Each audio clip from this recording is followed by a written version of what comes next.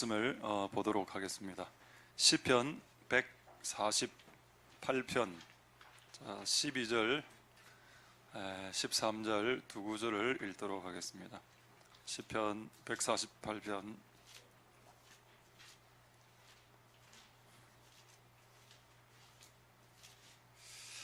청년 남자와 처녀와 노인과 아이들아 다 여호와의 이름을 찬양할지어다. 그 이름이 홀로 높으시며 그 영광이 천지에 뛰어나심이로다. 아멘. 저 오늘 이 말씀을 한번 생각하시면서 우리 한번 동성으로 짧게 2분간 기도할 때 하나님 오늘 우리의 예배를 받아주시고 성령으로 충만케 하시고 오늘 이곳에 임하여 주시옵소서. 자, 그렇게 마지막으로 동성으로 하나님 앞에 기도하도록 하겠습니다. 할렐루야. 하나님 감사를 드립니다. 하나님 오늘 우리의 예배를 주님 받아주시옵소서. 성령으로 하나님 충만케 주시옵소서. 하나님 아버지 역사하시고 하나님 앞에 기도합니다.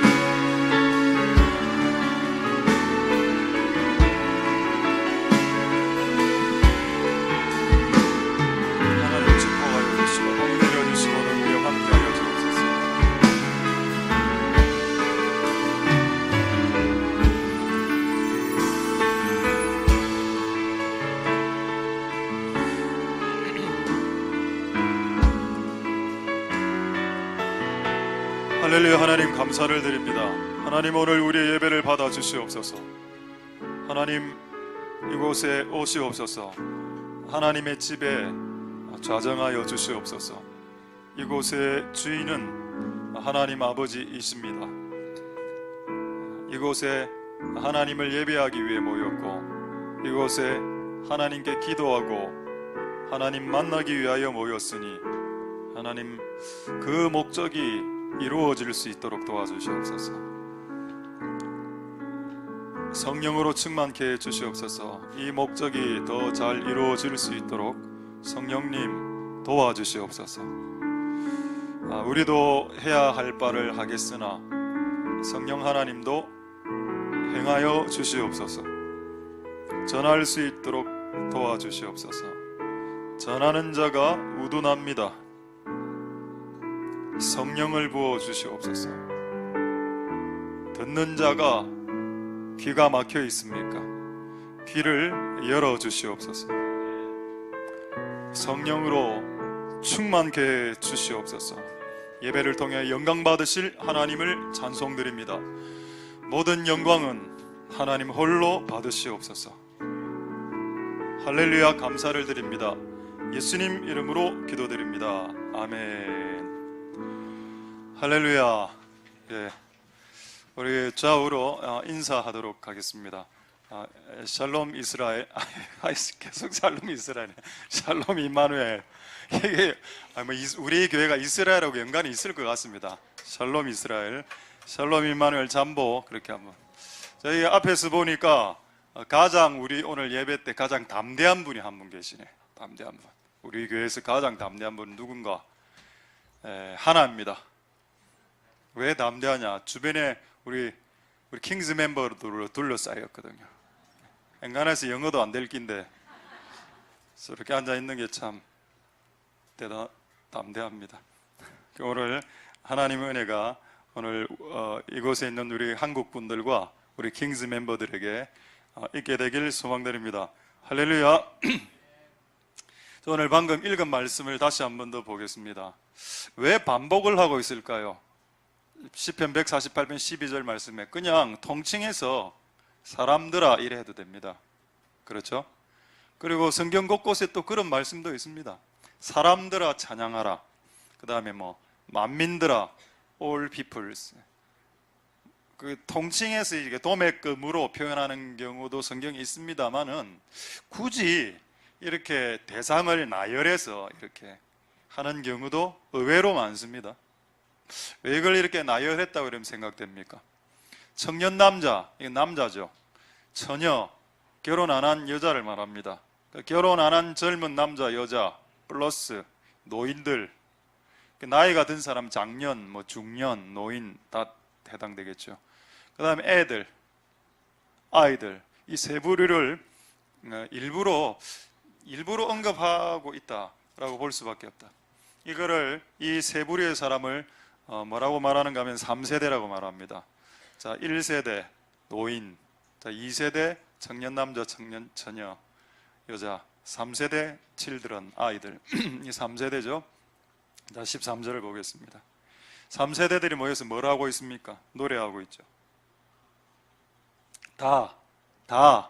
모두 다, 그러니까 청년 남자 여자 노인 어린아이 할 것 없이 하나님을 찬양해라. 여러분, 하나님의 계획에 배제된 사람이 있습니까? 어린아이는 나이가 적기 때문에 배제됩니까? 또 그 당시 구약이면, 여러분, 구약에 제가 알기로 개로 분류되는 사람들이 있었습니다. 신약도 마찬가지였지만 누가 개였을까요? 좀 기분 나쁠 수도 있습니다. 구약과 신약을 통칭해서 개라고 했을 때 개에 해당되는 사람은 이방인 맞습니까? 그리고 또 여자가 거기에 들어가거든요. 근데 오늘 이 시편 148편에 하나님은 구약 때부터 특별 여성분들을 특별 대우하고 계십니다. 특히 청년 여자들, 너희들도 다 모여서 하나님을 찬양해라. 할렐루야. 하나님은 어떤 부류도 배제시키지 않았다. 여자도 배제시키지 않고 어린아이도 배제시키지 않고. 퀴즈 하나 내겠습니다. 예수님은 화를 내실까요? 예수님은 화를 냅니까? 네, 그럼 정답입니다. 그렇다면 그 다음 질문을 맞추면 고급 수준의 주일학교를 다니고 있다라고 제가 받아들이겠습니다. 이건 누구나 다 맞출 수 있거든. 예수님이 화를 냈다. 오케이, 알고 있지. 언제? 예수님 몇 번 화냈습니까? 성경책에 기록된. 예수님 언제 화냈습니까? 이거 맞추면 여러분들의 주일학교 수준이 올라갑니다. 엘리트, 몇 번? 예, 2번. 맞습니다. 예수님 2번 화냈죠? 언제 화냈습니까? 지금 우리 하늘이가 맞췄습니다. 중고등부 앞날에 소망이 있습니다. 예, 앞으로 전도사 할 거라고요. 예, 알겠습니다. 예. 2번, 예수님 2번 화냈다. 언제? 예. 예. 한 번은 교회에서 식당에서 밥 안 줘서 화냈고 예수님 2번 화냈습니다. 첫 번째, 그 요한복음에 보면은 성전에 들어갔을 때, 성전이 더럽혀졌을 때 예수님은 확 분노하면서 막 채찍 만들어서 확 때렸죠. 또 2번째, 어린아이들이 자기에게 나올 때, 여러분, 어린아이들은 말을 못하죠. 제가 이 설교 수없이 이야기했습니다. 어린아이들은 말을 못합니다. 3살, 4살. 근데 여러분, 그들의 영은 어른들보다 깨끗합니다. 그들은 교회에 오고 싶지 않을까요? 말을 못하지. 이 정도밖에 말을 못하니까. 부모가 우둔해서 못 알아먹어서 그렇지. 그들은 교회에 오고 싶습니다. 그렇죠. 아이는 영적으로 교회에 오길 원하는데 어른이 방해했죠. 제자들이 그들을 막았습니다. 그때 예수님 분노했다. 한번 기록 한번 볼까요? 마가복음 10장 14절 한번 보겠습니다. 참, 예수님 원래 화 안 내는 스타일이신데 원래 화 잘 안 내시죠. 부드러우신 분이니까. 그런데 2번 화낸 기록이 나와 있습니다. 사람들이 예수의 만져주심을 바라고 어린아이들을 데리고 왔을 때 제자들이 꾸짖고 아이들을 돌려보냈습니다. 애들은 오지마. 애들은 어른 예배 은혜 못 받는데 오지마. 그럼 여러분, 이곳에 있는 애들은 지금 이 자리에 있을 이유가 없습니다. 어른 예배 은혜가 안 된다면. 여러분, 어른 예배 때도 어른이 설교해도 어린아이가 은혜 받을 수 있는 것은 성령님이 역사하기 때문입니다. 성령님은 시공간과 연령대를 막론하가 역사하시는 영이시거든요. 남자가 많든 여자가 많든 그것도 신경 쓰지 않습니다. 할렐루야. 그분에게는 제한이 없으신, 성령은 제한이 없으신 영이시죠. 그래서 어른이 설교해도 어린아이가 은혜 받을 수 있고, 어린아이가 간증해도 어른이 은혜 받을 수 있는 이유는 성령님이 역사하시기 때문입니다. 할렐루야. 맞습니까? 그걸 주님은 아시고 계셨거든요. 어린아이들이 예수께로 나올 때 그들을 저지했을 때 14절 한번 볼까요? 14절에 예수님이 분노했다. 여러분, 이거는 센 표현입니다. 매 심히 분노했다. 영어 성경에는 기분 나빴다, 매우 기분 나빴다, 디스플리즈 이래 나오지만 분노했다. 한글 번역 성경이 더 잘 번역한 겁니다. 예수님 분노했습니다. 그러면서 어린아이들이 내게 다가오는 것을 어른이 네가 뭔데 막냐 이래 말하고 있습니다. 할렐루야. 여러분, 어린아이가 교회에 오는 것을 막는 어리석은 어른들이 되지 마십시오. 어린아이들은 영적으로 교회에 오고 싶어 합니다.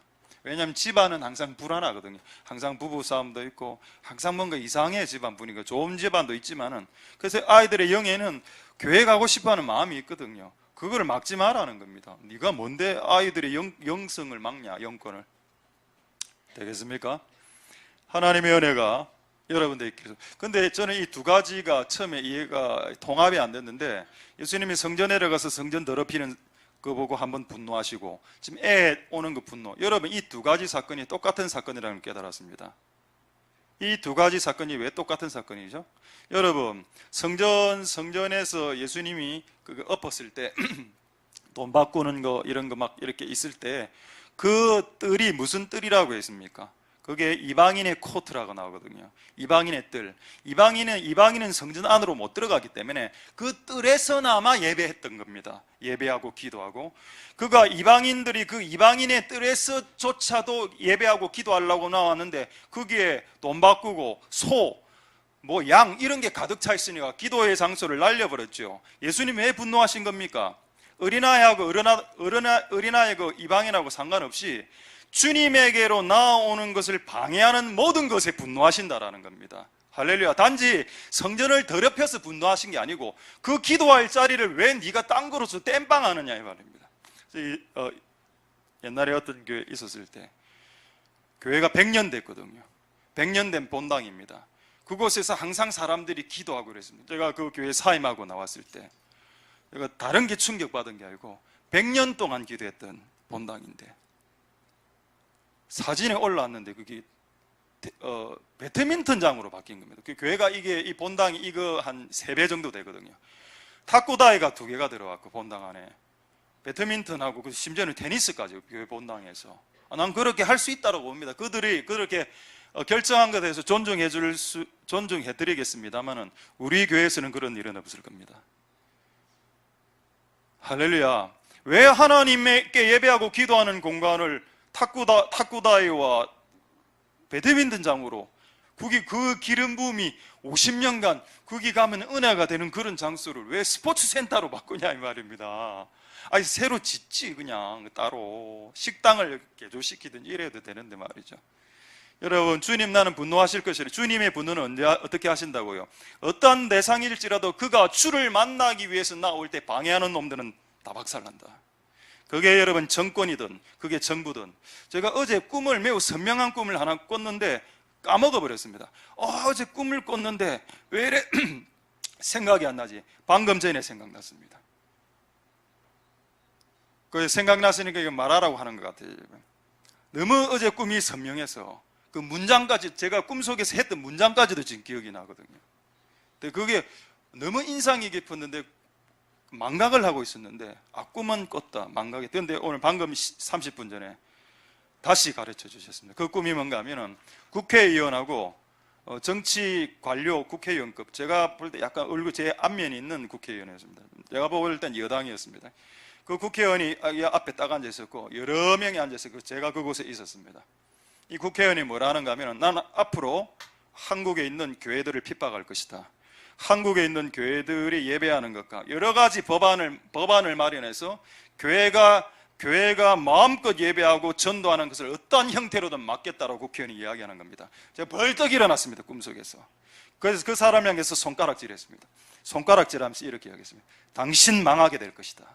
네가 누구인지 내가 잘 모르겠지만은 네가 하나님의 교회를 핍박하고 네가 하나님의 예배를 방해하고 네가 하나님의 교회 안에 있는 그 자유를 법안을 통해서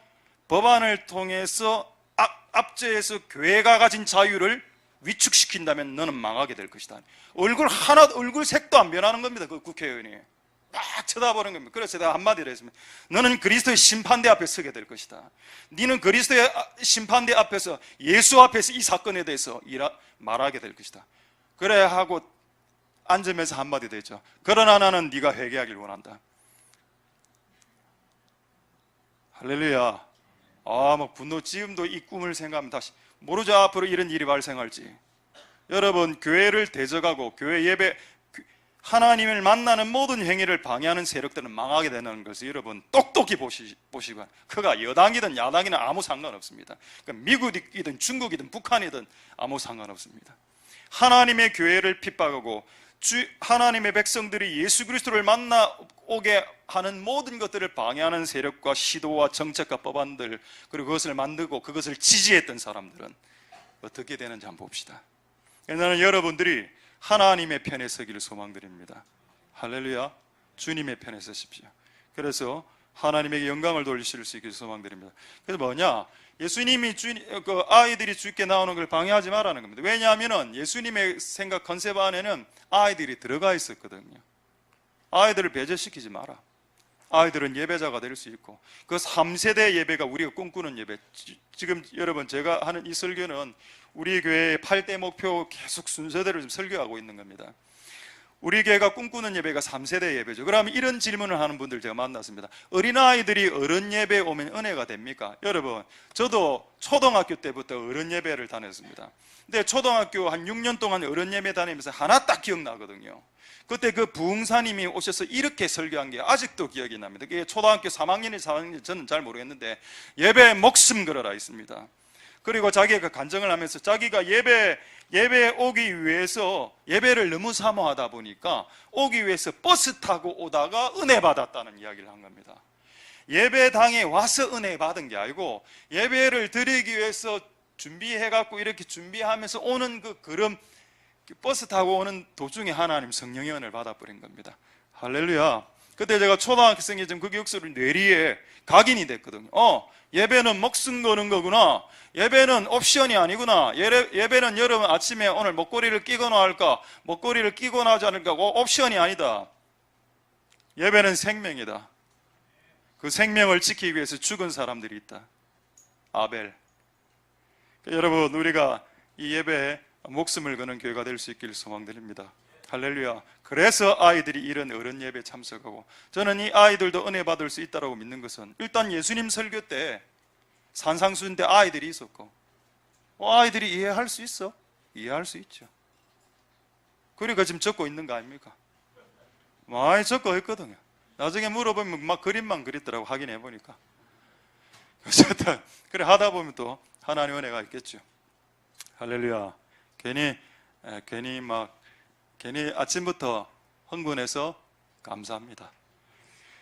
이거 최근에 우리 교회 어떤 교회 좀 지어졌거든요. 이름은 밝히지 않겠습니다. 제2교회인데 이거 이야기 좀 하겠습니다. 이 이야기는 다른 교회 이야기입니다.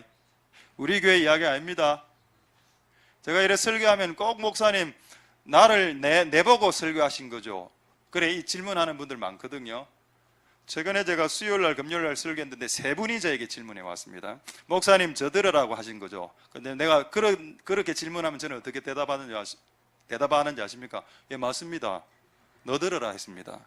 여러분, 설교를 듣는데 이 옆집 아저씨들을 설교 들으면 그게 무슨 의미가 있습니까? 설교 시간 날아가는 거죠. 설교는 여러분들에게 들리는 소리를 들어야 됩니다. 그래서 설교는 여러분들에게 하는 소리가 맞다니까요. 꼬라서 하시면 맞습니다. 꼬라서 했다니까요. 근데 어떻게 동시에 70명을 꼬라서 설교할 수 있어요? 꼬라서란 말은 조금 이렇게 좀 죄송합니다. 노려서, 여러분들을 노려서 이렇게 하는 설교다. 근데 어떻게 동시에 70명이 노려지지? 성령의 역사 아닐까요? 오늘도 또 이 설교를 하고 나면 또 나를 나를 노려서 했네. 어떻게 그런 확신이, 믿음이 있습니까? 항상 목사가 자기를 꼬라서 노려서 설교하는데 그 확신, 그 담대한 말입니다. 진짜 대단하죠.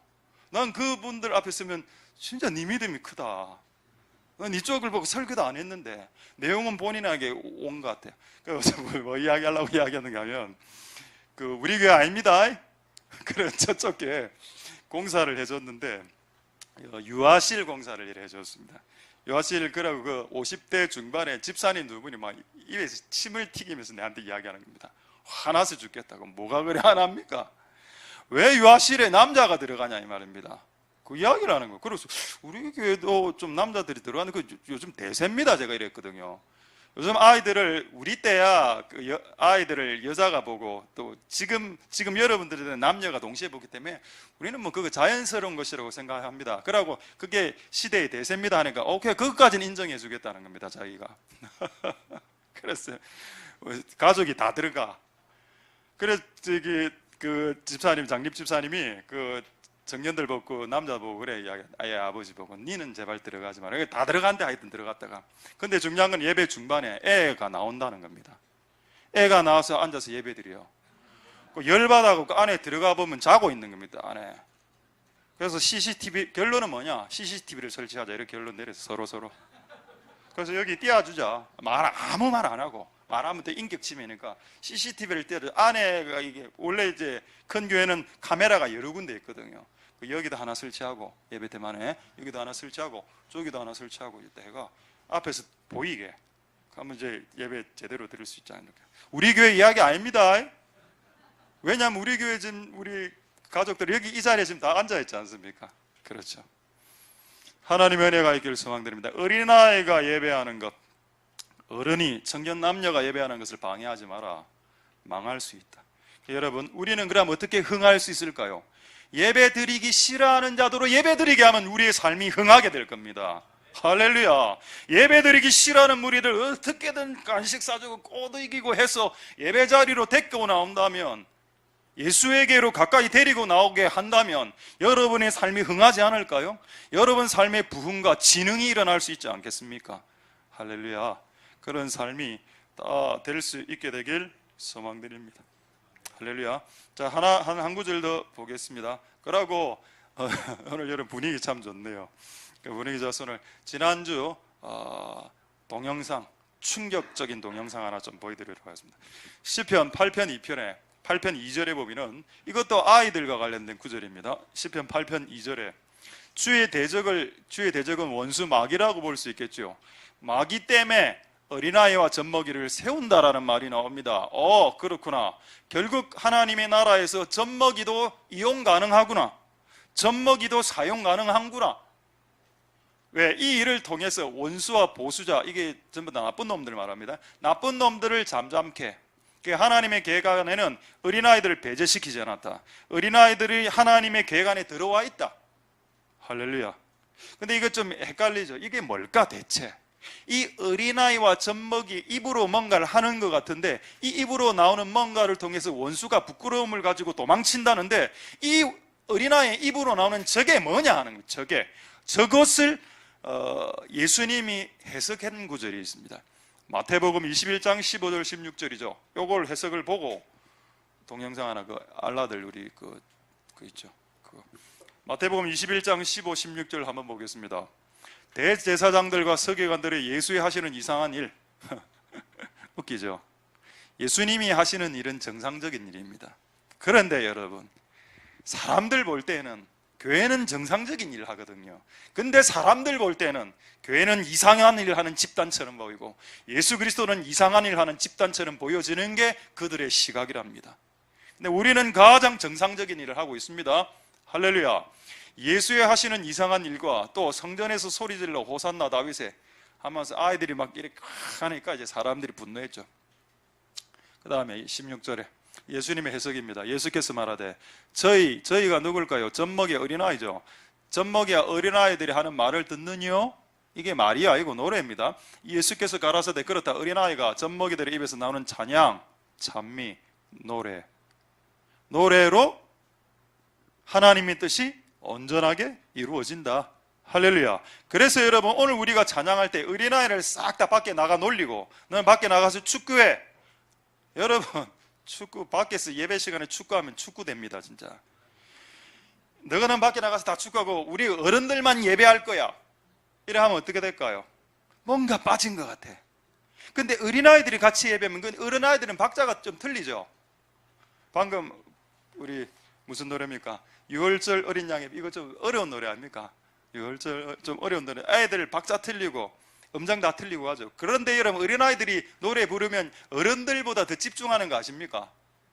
할렐루야. 그래서 저는 3세대 예배가 하나님께서 드려야 할 영광스러운 예배라고 믿습니다. 믿는 이유는 뭐냐? 천국에 청년 예배 없다니까요. 청년의 천국에 어린아이 예배 없고 청년 예배, 유초등부 예배 분리되어 있지 않습니다. 천국은 1회로 같이 예배 드립니다. 통합적으로. 할렐루야. 그래서 이 땅의 교회도 예배 드릴 때 어린아이, 어른, 청년 같이 예배할 수 있죠. 그걸 우리가 11년 기도해 왔습니다. 그리고 지금 이루어지고 있습니다. 할렐루야. 제가 이 교회를 지난번에 한번 소개해 드렸는지 모르겠는데 이 교회도 좀 대단한 교회라고 저는 생각됩니다. 예배 시간이 2시간, 3시간 되니까요. 이 검정산을 넘어가면, 검정산 넘어가면 있는 교회인데 한 500명 되는 교회인데 거기를 제가 한번 갔다 왔습니다.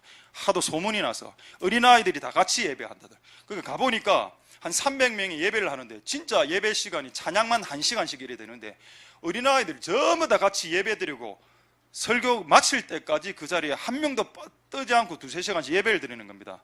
와, 너무 도전되더라고. 근데 약간 아쉬움이 있었습니다. 뭐가 아쉬웠냐? 애들이 전부 다 만화책을 보고 있는 겁니다. 그렇게 가르쳤대. 그러니까 애들이 예배당에 딱 오면 만화책을 펴고 교회 도서관이 있어서 만화책을 한 권씩 다 빼와. 만화책 2-3권을 갖다 놓고 예배 3시간 마칠 때까지 만화책 2-3권 뭐 거기 집중되지요. 아, 이건 좀 아니지 않나. 약간 은혜는 됐는데 약간 제가 우리 교회가 더 나은 것 같아요. 내가 볼 때 교인 수는 좀 작은데 예배 시간에 만화 보지 마라. 예배 시간에 여러분 예배해야 됩니다. 예배 시간 만화를 왜 하는데 왜 손톱을 왜 뜯어먹는데 그렇게 배가 고프나. 예배 시간은 예배하는 겁니다. 할렐루야. 지난주에 여러분 우리 아이들이 찬양했던 거 기억나죠? 여러분 그때 한번 다 보여드릴 텐데 한번 찬양 2분 정도 아이들 그 영화부 춤추고 찬양이 기억납니까? 그때 여러분 제가 아직도 기억나는 건 전체적 예배 분위기가 약간 암울했거든. 우리들끼리 예배할 때는 암울했습니다. 근데 애들이 나오자마자 애들이 아무 짓도 안 해서 그냥 나왔어. 나왔는데 성도들 광분하고 사진 찍고 동영상 찍고 자기 아이도 알면서 그래. 내가 보기 오늘 다시 한번 점검해. 애가 하나 올라다가 넘어졌어요. 아, 넘어졌다.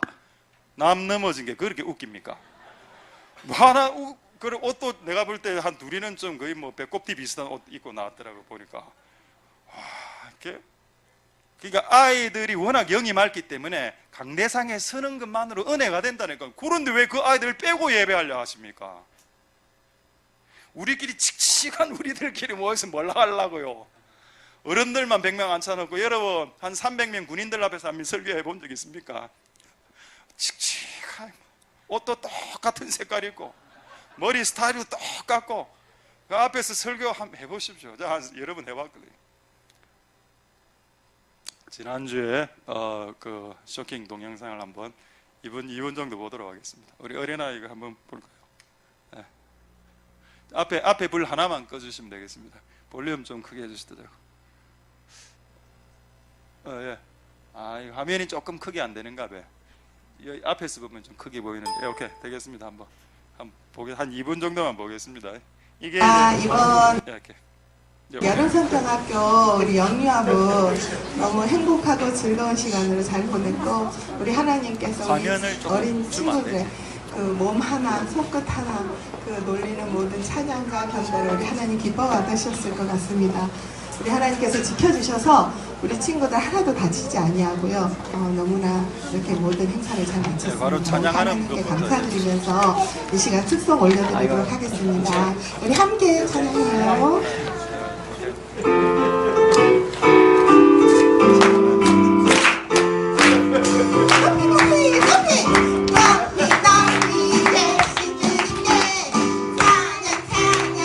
테레비로 보면 조금 더 애들 얼굴이 크게 보일 겁니다.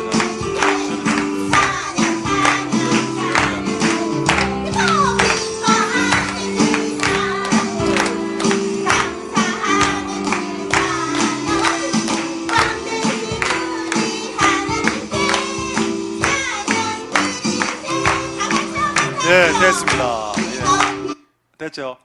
더 보여드릴까요? 아, 됐습니다. 안 해. 시간이 좀 너무 많이 갔어요. 제가 이제 퀴즈 내겠습니다. 우리 교회에서 가장 나이 많은 분 누구일까요? 우리 교회에서 가장 나이 많은 분, 예? 예? 예, 우리 하나 손 들었습니다. 예? 뭐라고?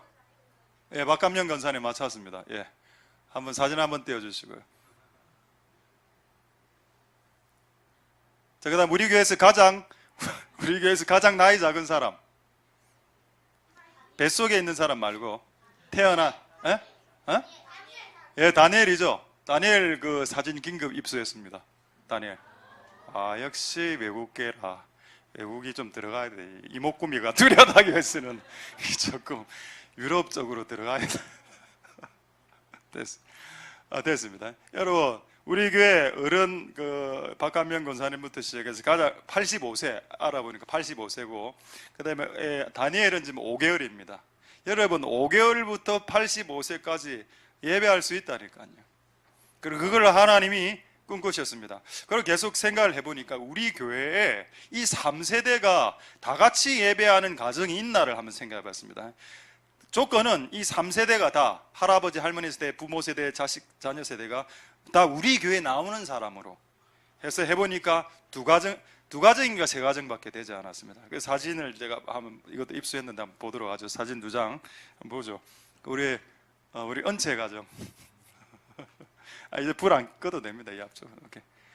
은채 가정 3세대 보이죠? 우리 맨 왼쪽에 우리 주사님 1세대. 어머니, 여기 있죠. 1세대, 2세대, 3세대입니다. 기분 안 좋습니까? 그다음 또 3세대 한 번 더 있죠. 그 우리 채원 가정, 그 상 가정이 있습니다. 우리 선교사님 가정. 중간에 이제 할아버지, 할머니. 이분은 이런 거 좀 옷까지 이렇게 맞춰갖고 이렇게 잘하신 것 같아요.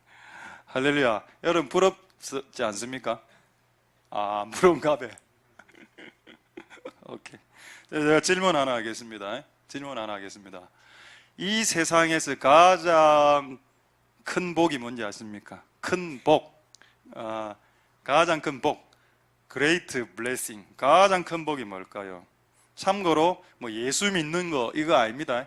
지금 제가 대답하는 거는 성령 받는 거 이거 아닙니다. 뭘까요? 오늘 제가 볼 때 계속 지금 하나가 지금 손을 계속 들고 있는데 한번 답해봐. 모르겠답니다. 그러니까 왜 손을 들어? 이 세상에서 가장 큰 복이 뭘까요? 예? 가장 큰 복. 매우 현실적으로 한번 생각해 보십시오. 성령 받고 이런 거 아니라 있습니다. 지금 말하는 힌트. 솔로몬이 말했습니다. 솔로몬이 지구상에서 사람들 중에 이게 있을 때 가장 큰 기쁨이 있다. 뭘까요? 매우 육적인 겁니다. 뭘까요? 솔로몬이 말한 가장 큰 희락과 즐거움을 인생에 주는 복이 뭔가? 먹는 거라 되어 있습니다. 한번 확인해 보겠습니다. 전도서 8장 15절에 전도서 8장 15절. 저도 참 충격받았죠. 야, 솔로몬이 영적인 사람인데 이 세상에서 복이 먹는 거래. 여러분, 아무리 영적이라도 아침에 냉장고 여는데 라면밖에 없고 무말랭이밖에 없으면 슬프거든요. 안 그렇습니까? 아무리 예언하고 이래도 집 문 열면 라면밖에 없어. 그거 슬픈 거 아닙니까? 슬프죠. 근데 이 말씀 한번 보십시오. 이에 내가 희락을 칭찬한다. 뭐가 희락이냐? 사람이 먹고 마시고 즐거워하는 것이 해 아래, 태양 아래에서 가장 나은 것이다. 이것이 사람이 이 땅에서 살아가는 동안에 항상 있을 것이다. 할렐루야. 그러다면 여러분, 먹는 게 복입니다. 먹는 것 중에 가장 최고는 뭘까요? 하나님의 말씀이겠지요. 할렐루야. 근데 여기서는 지금 하나님 말씀 말하는 거 아닙니다. 먹는 거 말합니다. 먹고 마시는 것이 복이라고 했습니다. 그래서 여러분, 저는 예수님이 예수님이 산에서 설교하시고 난 후에 그냥 보내도 되는데 굳이 사람들 데리고 앉혀놓고 수만 명에게 빵을 나눠주셨죠. 오병이어의 기적을. 할렐루야. 하나님의 뇌리 안에는 인간에게 먹을 것을 주어야 된다는 불타는 마음이 그분에게 있습니다. 할렐루야. 그래서 우리가 예배 후에 음식을 식사를 하는 것도 그 이유라고 저는 생각되고, 또 천국에 갔는데 먹을 게 없다고요? 아닙니다. 천국에 가면 먹는 게 있죠. 예수님이 그렇게 말하지 않았습니까? 성만찬하면서 내가 천국에서 너희들이 오면 포도나무에서 난 것을 같이 먹자라고 했습니다. 할렐루야. 천국에 먹을 게 있지요. 근데 지옥에는 먹을 게 없습니다. 여러분, 먹는 것이 복이라. 근데 여러분, 남자와 여자의 차이가 뭔지 아십니까? 자, 먹으러 가자 이러면은 남자들은 대체로 어떻게 이야기하는지 아십니까? 자, 먹으러 갑시다. 남자들은 보통 이렇게 이야기하죠. 뭐 먹습니까? 그래 이야기하죠. 중국입니까? 짱깨입니까? 칼국수 먹습니까? 이래 이야기하죠. 근데 여러분, 여자분들은 어떻게 말하는지 아십니까? 밥 먹으러 가자 이러면 우리 자녀도 그래요. 누구하고 가는데? 아무리 맛있어도 상관없어. 누가 더 중요해? 우리 집은 이제 스시 이런 걸 좋아하니까 스시, 오늘 스시 먹으러 가자. 누구하고 가는데? 누구하고 같이 가? 안 가! 이러는 겁니다. 그 음식보다 누구하고 먹느냐가 더 중요하다. 여러분, 진짜 복이 뭔지 아십니까? 먹는 게 복이 아니고, 먹는 게 복이 맞아. 근데 여러분, 이 먹는 것을 누구하고 먹는가가 복이라고 성경에 나와 있다면, 요거 여러분 동의하실 수 있겠습니까? 제가 말씀드리고 싶은 것은, 가장 자기가 좋아하는 사람들하고 좋아하는 음식을 같이 먹는 게 복이라는 것이 성경에 있습니다. 그러나 여러분들이 성령 받고 예수 믿는 것도 복이지만, 그렇다면 여러분 부모로서 가장 사랑하는 사람 누굽니까? 자식들이죠. 여러분, 부모가 자식하고 밥 먹기 요즘 어려운 시대가 되었습니다. 부모가 자식도 크고 이래 하면은 다 같이 부모하고 자식하고 같은 한 테이블에서 밥 먹는 게 복이라고 되어 있다니까요, 성경에. 한번 확인해 보겠습니다. 일단 확인부터 하죠. 시편 128편 1절 보겠습니다. 그래서 저도 성경이 나는 영적인 책인 줄 알았는데, 마치 영적인 세계, 천국, 천상의 이야기, 천국의 비밀 이런 것만 이런 줄 알았는데 매우 현실적인 이야기를 너무 많이 해나가는 겁니다. 실제로는 먹는 게 복이야. 네 오늘 아침 못 먹고 나왔지. 복에서 멀어져 있구나. 여러분, 잘 못 먹는 것은 복에서 멀어지고 있는 사인일 수 있습니다. 여러분, 제가 맨날 라면만 끓여 먹는다면 그 복에서 멀어지고 있는 게 맞을 수 있다니까요. 자, 여호와를 경외하는 자, 여러분, 여호와를 경외하는 자, 이 사람 제가 옛날에 한번 설교했습니다. 여호와를 경외하는 자, 이 사람 남자입니까, 여자입니까, 자식입니까? 여러분, 여기 보면은 잘 보면은 다시 조금 더 보겠습니다. 자, 그 도에 행하는 자, 그 다음에 네 손이 수고한 대로 먹을 것. 지금 이 구절은 지금 남편에 대한 구절로 볼 수 있습니다. 남자가 밖에 일하고 수고하니까요. 자, 다음에 2절 한번 보겠습니다. 2절에. 자, 그 다음에 내 집 내실에 여자가 있습니다. 와이프가 있죠. 와이프의 포지션을 어디에 놓아뒀습니까? 이 와이프는 아직 밖에 나가서 일을 안 해도 되는 풍요로운 가정 같아. 이런 가정은 아내가 안에 있을 수도 있습니다. 그래서 아내가 안에서 일을 안 하고 애들만 키우고 있는 아내의 모습입니다. 자, 그 다음에 자식들이 나오죠. 결실한 포도나무 같은 자식들이 여기 핵심은 뭡니까? 한 상에, 상 테이블입니다. 한 상에 둘려 있다. 아이들이 쭉 둘려 있고 와이프하고 같이 한 상에서 같이 먹는 거, 이게 여러분 복이라고 말하고 있습니다. 복이라는 단어가 없는데요, 조금 더 보십시다. 4절에 여호와를 경외하는 자는 이 같은 복을 얻을. 이 같은 복 했을 때 이 같은 복이 뭡니까? 성령 받는 거라고요. 여러분의 영안이 열려서 음성을 듣고 하나님의 음성을 듣고 영적인 세계로 들어가는 것이라고 말하지 않았고, 이 현실 세계에서 부모하고 자식이 같이 기분 좋게 식사하는 거, 이거 아무나 누리는 복 아니다. 이거를 누려야 된다. 할렐루야. 여러분, 3세대 예배가 회복되려면 3세대가 회복되어야 된다는 걸 오늘 깨닫게 해주셨습니다. 우리는 3세대 예배가 회복되어야 된다고 설교를 하고 있는데, 그 이전에 처리되어야 될 부분이 있는데, 3세대가 모여서 식사하는 그 실제적인 가정 안에서의 회복이 없다면 교회 안에서 3세대 예배 회복도 불가능하다는 걸 결론 내렸습니다. 할렐루야. 그러니까 여러분, 우리의 삶 가운데 이런 3세대가 같이 공유하면서 식사하고 하는 이 같은 복이 여러분 삶 가운데 누려질 수 있게 되길 소망드립니다. 할렐루야. 다시 질문하죠. 뭐 먹을래? 아니, 먹으러 가자. 뭐 먹을래? 누구하고 먹을래? 답은 뭐죠? 그래, 여러분 자녀들하고 먹으십시오. 그게 하나님이 여러분들에게 주시는 가장 큰 복이라고 믿습니다. 할렐루야. 자, 이제 지금 두 개를 지금 더 이야기해야 됩니다. 3세대니까 제가 이미 이제 세 번째 세대 이야기 끝났죠. 아이를 배제시키지 않고 예배 가운데 초청해서 같이 예배하라. 그게 하나님의 꿈이라고 했습니다. 두 번째, 어른들 생각에 나이 많은 그 어르신들 있죠. 어르신들 이거 한번 보겠습니다. 저도 이제 이런 분위기를 좀 많이 읽었습니다. 교회 안에 예언을 하시는 분이 이래 싹 일어나면 우리 교회는 예언하실 수 있는 분 한 몇 분 되는 거 제가 알고 있습니다. 근데 제가 많이 커트 시켰죠. 옛날에 그것 때문에 교회 나가신 분도 있습니다. 자기가 축사 연사가 있는데 하겠다 하더라고. 그래 내가 결국 못하게 했거든요. 결국 나가시대요. 그런 분들의 목표는 축사지 예수가 아닌 거 아닐까요? 우리의 목표는 예수님이지 축사 이런 게 아닙니다. 귀신 쫓아내는 게 이런 거 말입니다. 어쨌든 여러분, 그 예언 사역자가 우리 교회에 하나 떴다고 칩시다. 그럼 여러분, 이분 너무 예언을 잘 맞춰. 예를 들어서 보통 예언자들이 여자분들이 많은 경우, 그러니까 만약에 하늘에게 예언의 영이 임해서 예언을 막 풀어줘. 그러면 여러분, 사람들 내한테 안 옵니다. 전부 다 이 집으로 가거든요. 그게 여러분 복일까요? 복이 아닐까요? 그리고 또 그러면 이제 주의 종의 권위가 팍팍 꺾여. 그렇다고 제가 예언을 못하는 것도 아닙니다. 저는 예언한다고 그랬죠. 앞으로 여러분들은 결혼하게 될 것입니다. 그 자식을 낳게 될 것이고, 이거는 100% 예언이죠. 이거는 무조건 맞는 예언이 있습니다. 당신들의 삶 가운데 앞으로 끝도 없는 고난과 고통이 오게 될 것입니다. 이건 100% 예언이거든요. 그러고 또 이 주의 종의 권위가 약화되면서 남편의 권위가 약화되는 걸 봤습니다. 남자는 일반적으로 제가 봤을 때 논리력이 더 강하기 때문에 말을 조리 있게 하는 건 잘하지만은 임팩트 있게 예언자처럼 딱 이렇게 잘 못하거든요.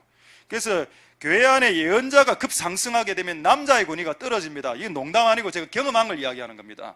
남자의 권위가 뚝뚝 떨어지고, 그 다음에 주의 종의 권위가 뚝뚝 떨어지고, 그런 식으로 하나님이 예언사역 하게 안 하셨습니다. 하나님의 교회에서. 그리고 또 어르신들의 권위가 다 떨어진다.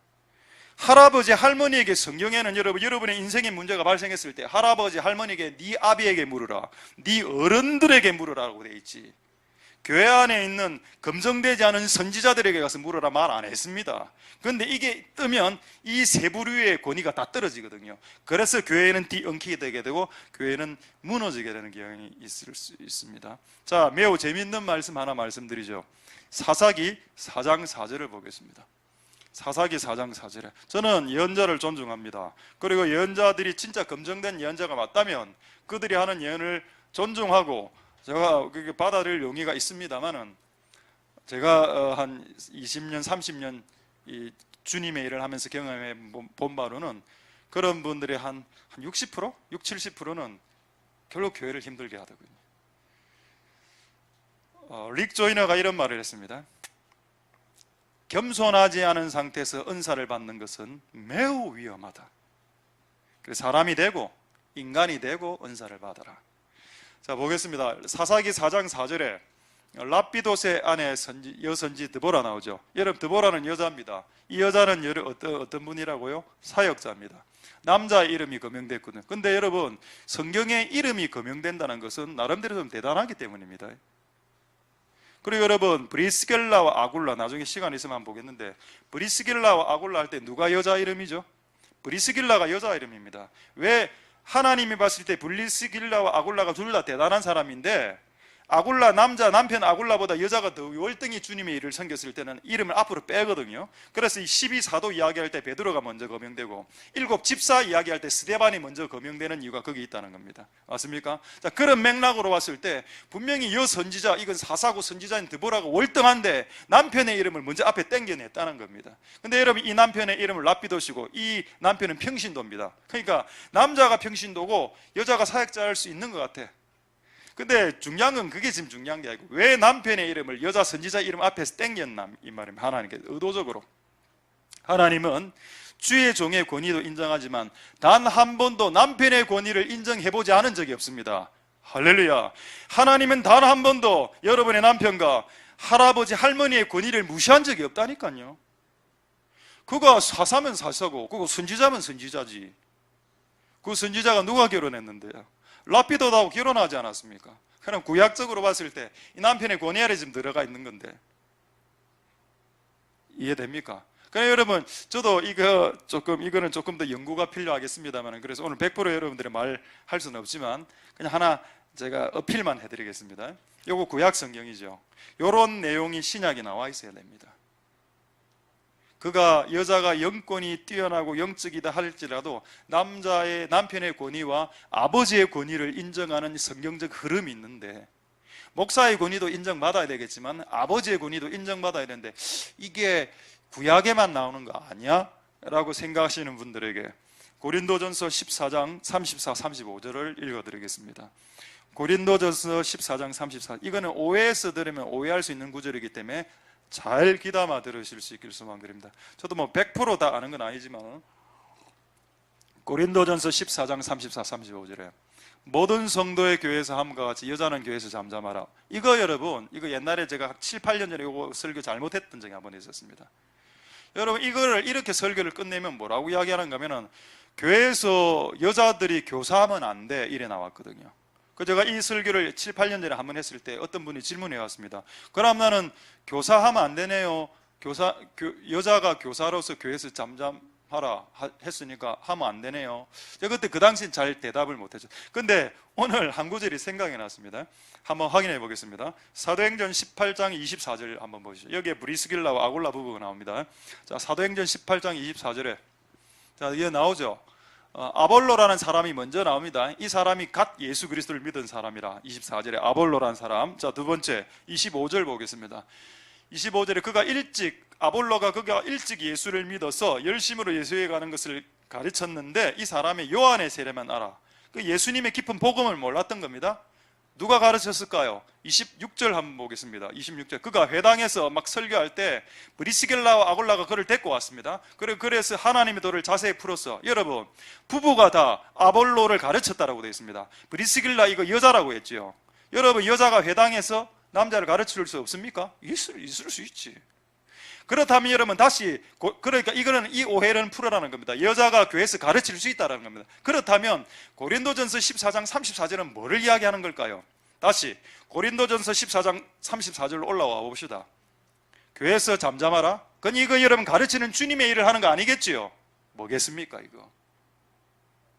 뭘까요? 로마서 한번 읽어보십시오. 로마서의 교회를 깼던 사람들이 명단에 쭉 나오죠. 구리장색, 알렉산더, 험해, 순두부. 기억납니까? 순두부, 순두개. 여자들이죠. 뭐 그렇다고 남자가 교회를 안 깬다는 것도 아니지만 여자분들이 교회를 깨는 경우도 많습니다. 그런 여자들은 좀 잠잠해라라는 겁니다. 그리고 묻고 싶거든. 이런 분들은 또 항상 또 주의 종을 잘 찾아오거든요. 여러분들이 저를 찾아오는 것을 제가 금지하는 게 아니라 보통 그런 경우에는 남편의 권위를 무시하고 들어오기 때문에 목사에게 다이렉트로 묻는 경우가 있는데 35절을 한번 볼까요? 14장. 만일 무엇을 배우려거든 집에서 너그 남편에게 먼저 물어봐라라고 하는 겁니다. 여러분, 이것은 교회에 세워진 베드로나 사도 바울의 권위를 무시하는 게 아닙니다. 남편의 권위를 인정해 주라는 겁니다. 맞습니까, 여러분? 할렐루야. 오해가 좀 풀리게 되겠습니까? 그럼 여러분 지금 우리 와이프들 눈빛이 살아 있습니다. 남편이 어리버리한데요. 어리버리하지. 원래 어리버리합니다, 남편들이. 오늘 여러분 솔직하게 말해서 남편들 중에 어리버리 안 하는 애들 있더나? 어떻습니까? 본인 생각할 때 지금 고개를 끄덕이거든. 어리버리한다. 원래 남편은 좀 어리버리합니다. 어리버리하니까 어리버리 안 한 와이프가 세팅된 거 알까요? 원래 너는 항상 보니까 남자보다 여자가 그래도 약간 조금 항상 좀 더 깔끔하고 좀 더 조금 뭐랄까 좀 약간 예리한 것 같지 않습니까? 아니군요. 여러분, 무너진 남편의 권위, 무너진 아버지의 권위, 무너진 할아버지 할머니의 권위가 세워질 수 있기를 소망드립니다. 한 구절만 더 확인하죠. 신명기 이제 다 되어 갑니다. 이제 신명기 32장 7절 말씀에 이제 할아버지 할머니 권위까지 한번 언급하겠습니다. 옛날을 기억해라. 역대 연대를 생각해봐. 네 아버지에게 물으라. 네 어른들에게 물어라. 교회에 있는 검증도 안 된 선지자들에게 전화통 돌리지 말고 제발 너가 아버지에게 안 물어봐라. 그 아버지가 성심을 다해서 너에게 코멘트 조언해 줄 거고, 너가 어른들, 그래 여러분, 우리 교회는 은사 인정합니다. 저도 환상, 꿈, 예언 다 인정합니다. 고신이지만은 100% 다 인정하지만은, 그러나 그런 그 선지자 예언자들의 권위보다 무너져 있는 어른들의 권위를 세우겠습니다. 무너져 있는 남편과 그 아버지의 권위를 세워야 된다니까요. 그래야 여러분 교회가 저는 여러분 매우 동양적으로 이렇게 설교하는 게 아닙니다. 유교적으로 설교하는 게 아니고 성경적으로 설교하고 있습니다. 할렐루야. 네게 그 고민이 있거든 어른들에게 한번 물어봐. 젊은 여자분들은 동료들하고 대화하지 말고 젊은 여자분들은 나이 많은 분들에게 조언을 요청하십시오. 너희끼리 대화해서 뭐가 나왔습니까? 여러분, 젊은 남자들은 젊은 남자들끼리 이렇게 커피 마시면서 대화하지 말고 어른들을 끄집어 드리라니까요. 어른들은 여러분들보다 그래도 분별력과 지혜가 조금이라도 더 있습니다. 그리고 내가 어떤 어른들에게 물어가면 그 어른들이 얼마나 성심껏 나에게 대답해 주겠습니까? 안 그렇겠습니까? 그렇죠? 하나님의 은혜가 여러분들에게 있게 되길 소망드립니다. 할렐루야. 자, 이제 하나만 말씀드리고 이제 말씀 마치도록 하겠습니다. 시간이 너무 많이 가서 5분 안에 말씀 마치겠습니다. 이제 그냥 이 본문만 보고 말씀 마치겠습니다. 제가 계속 그 3세대에 대한 구절을 창세기부터 요한계시록까지 쭉 뽑아내 봤습니다. 근데 가장 은혜가 되는 구절이 있어서 요것만 소개하고 말씀을 마치겠습니다. 자, 요엘서에 보면은 하나님께서 그 이스라엘의 나라가 망할 때 아이들까지 다 불러라고 하겠습니다. 자, 그 구절을 한번 보죠. 요엘서 1장 2절 3절에 요엘서 1장 2절 3절에 보시면은 늙은 자들, 자 나오죠. 1세대입니다. 늙은 자들아 이래 나오고, 자 그다음에 어디 갔습니까? 3절에 너희는 이 일을 너희 자녀, 그러니까 늙은 자니까 자녀는 우리로 봤을 때 부모 세대입니다. 그 다음에 너희 자녀는 또 그들의 자녀에게, 이게 3세대죠. 그리고 그 자녀는 또 후세대니까 여기는 지금 4세대까지 지금 나오고 있습니다. 그러니까 하나님의 그 나라가 위기나 집안이 문제가 터졌을 때 세대가 다 나오라. 일단 이거 한 번 더 확인하겠습니다. 요엘서 2장 15절에 조금 더 정확하게 나와 있습니다. 요엘서 2장 15절 16절 보십시오. 너희는 시온에서 나팔을 불어 거룩한 금식일을 정하고 집회를 선포해라. 자, 16절에 그 다음에 나오죠. 백성을 모아라. 근데 누구냐? 장로는 나이 든 자입니다. 할아버지 할머니, 소아, 어린아이, 젖먹이, 신랑 신부, 젊은 세대, 1세대, 2세대, 3세대 전부 다 골방에서 다 초청해라. 그래서 하나님에게 몰수히 모여서 부르짖고 기도하고 금식하고 회개하고 찬양하게 해라. 이렇게 했을 때 하나님이 어떤 일을 벌이는지 보고 말씀 마치겠습니다. 결론 구절 요엘서 2장 18절 19절에 요엘서 2장 18절 19절에 그때에라는 말이 있죠. 여러분, 그때가 뭡니까? 대니 뭡니까?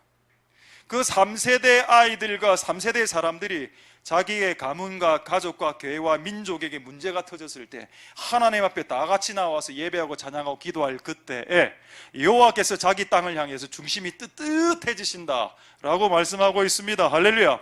그래서 여러분은 집안에 문제가 발생했을 때 자녀들을 기도해서 배제시키지 말고 자녀들을 데리고 와서 같이 하나님 앞에서 나와서 기도하면 그 모습에 하나님이 감동하신다는 겁니다. 그가 그때라고 했을 때 아직 뭐 그렇게 크게 부르짖고 막 금식이 1차, 3일차 넘어가지도 않아서 그냥 모인 것만을 보고도 하나님 감동하셨다는 겁니다.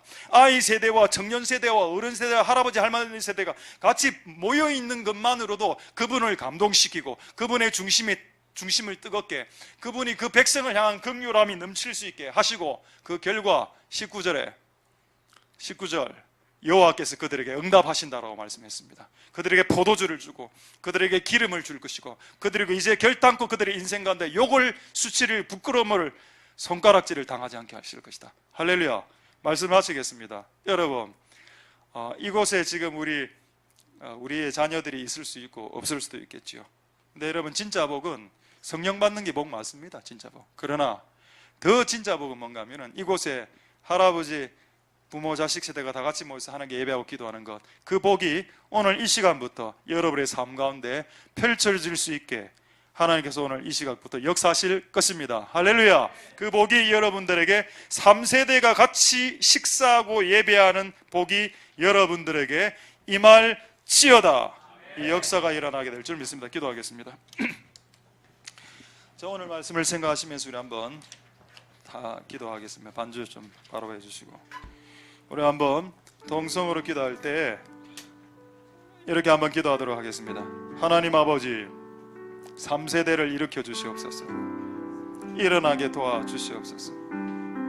주님, 우리가 모여서 주님 앞에 모이는 것만으로도 주님의 마음 감동받으시고 뜨뜻해지시는 그 긍휼하신 마음이 드러나신다는 것을 드러내셨으니 하나님 아버지, 오늘 이곳에 있는 아이들 세대, 어른 세대, 청년 세대가 연합하여 예배하고 하나님을 높이는 시간이 다 될 수 있게 축복해 달라고 우리 한번 동성으로 하나님 앞에 기도하도록 하겠습니다. 할렐루야. 하나님 역사하여 주시고 기름 부어 주시길 소망드립니다. 주님 은혜 베풀어 주시고 역사하여 주시길 소망드립니다. 하나님 아버지 은혜 베풀어 주시옵소서. 할렐루야. 하나님 역사하시고 기름 부어 주시길 소망드립니다. 주님 도우소서. 주님 역사하여 주시옵소서. 하나님 아버지 무엇이 복일까요? 부모와 자식이 기분 좋게 같이 식사하는 것이 복이라고 말했습니다. 그 복이 이곳에 있는 모든 사람들에게 이루어질 수 있게 주님 도와주시고 주님 역사하여 주시고 주님 기름 부어주시기를 소망드립니다. 우리가 하나님 과한 것을 바라는 것이 아니고 이 일이 일어날 수 있도록 주님 도와주시고 자, 이제 마지막으로 한번 동성으로 기도하고 원하의 자비로 온주의 찬양하겠는데, 마지막으로 아까 여러분 시편 그 말씀 기억하십시오. 복이 뭔가? 아버지는 아버지 자리에 있고, 엄마는 엄마의 자리에 있고, 자식은 자식의 자리에 있고, 그들이 한 상에 둘러서 먹는 복, 이 같은 복을 경외하는 집안에게 주신다라고 했습니다. 하나님 아버지, 이것이 복이란 것을 아는 사람들은 많지 않은 것 같습니다. 하나님, 오늘부터 이런 복이 이 가정에게 임할 수 있도록 한 상에서 같이 먹고 마시는 그 복이 이곳에 임할 수 있도록 주님 축복하여 주옵소서. 3세대 예배가 회복되려면 3세대가 먼저 회복되어야 됩니다. 그것이 있을 수 있게 주님 역사해 달라고 마지막으로 동성으로 기도하겠습니다. 할렐루야. 하나님 은혜를 베풀어 주시옵소서. 역사하여 주시고 하나님 은혜 베풀어 주옵소서. 하나님 아버지 기도했습니다. 하나님 어른 세대와 청년 세대와 아이 세대를 회복시켜 주옵소서. 하나님 도와주시기를 원합니다. 주님 도와주시고 은혜 베풀어 주시고 역사하여 주시고 기름 부어주시기를 소망드립니다. 하나님 아버지 도와주시고 하나님 아버지 기름 부어주시옵소서. 어른 세대와 청년 세대와 자식 세대가 다 같이 모여 식사하고 예배하는 것이 얼마나 큰 복이라는 것을 아는 사람은 정말 적습니다. 이 복을 오늘부터 누릴 수 있도록 주께서 축복하여 주시고 주께서 역사하여 주시고 주께서 기름 부어주시기를 소망드립니다. 하나님 아버지 역사하여 주시옵소서.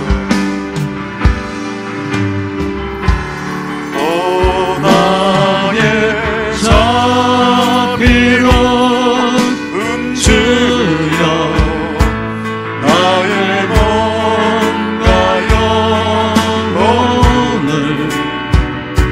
주님을 채워 주소서.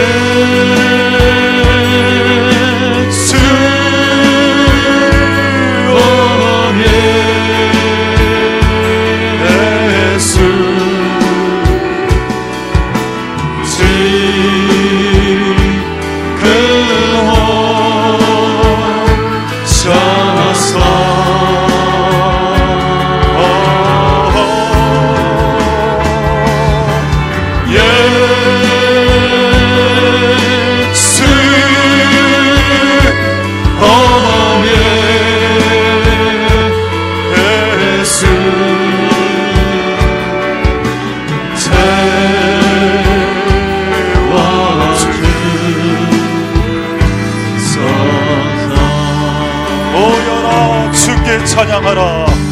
모여라 주께 찬양하라. 나의 귀한 친구야, 주님을 앞에 너 두 손 모으고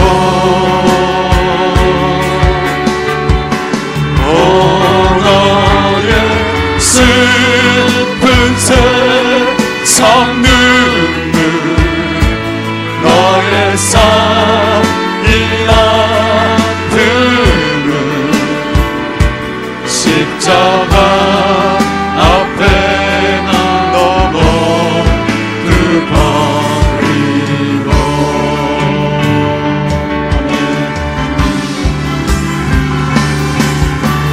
예수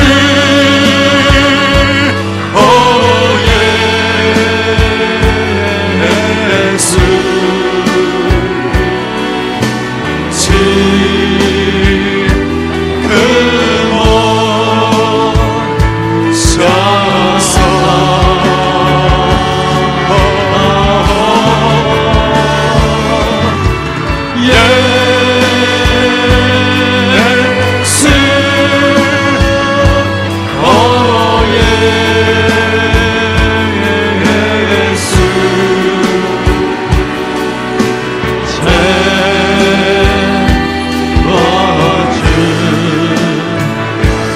다시 한번 모여라 주께 찬양하라. 모여라 주께 찬양하라. 나의 귀한 친구야, 주 이름 앞에 너 두 손 모으고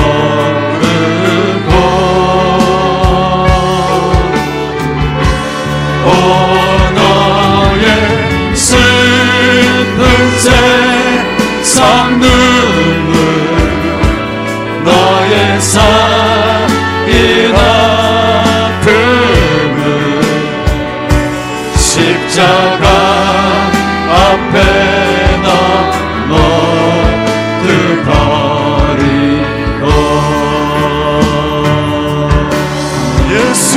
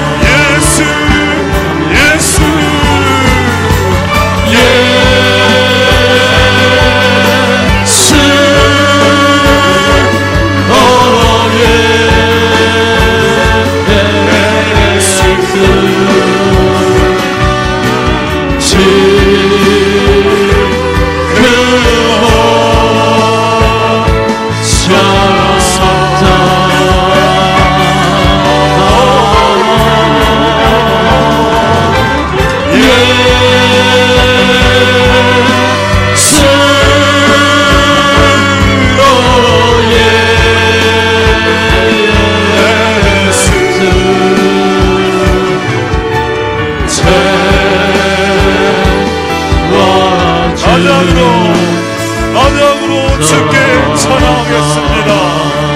예수 예수 예수 예수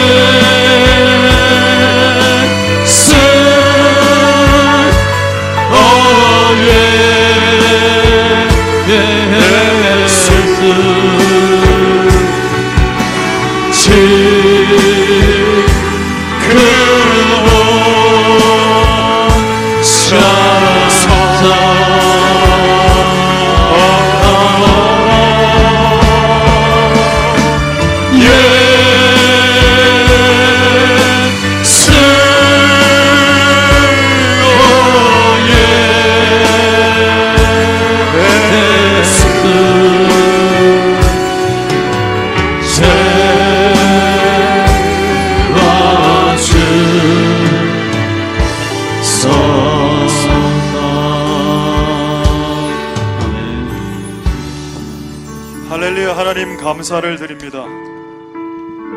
3세대가 회복되게 해주시옵소서. 그래야만 3세대가 모여서 예배 드리는 것이 가능하게 될 것입니다. 하나님은 단 한 번도 어린아이와 할아버지들을 배제하신 적이 없습니다. 우리의 청년회 때 우리가 한 실수가 있었습니다. 청년들이 모이면 모든 것을 할 수 있다. 그게 오해란 것을 알게 되는데 10년이 걸렸습니다.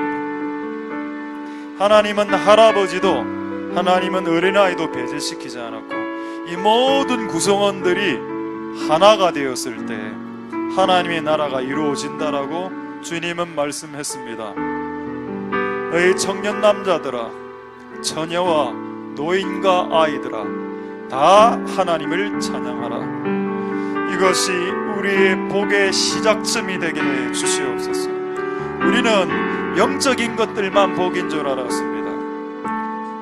영안이 열리면 축복받은 줄 알았습니다. 그것도 맞지만 이 지상에서 살아가는 동안에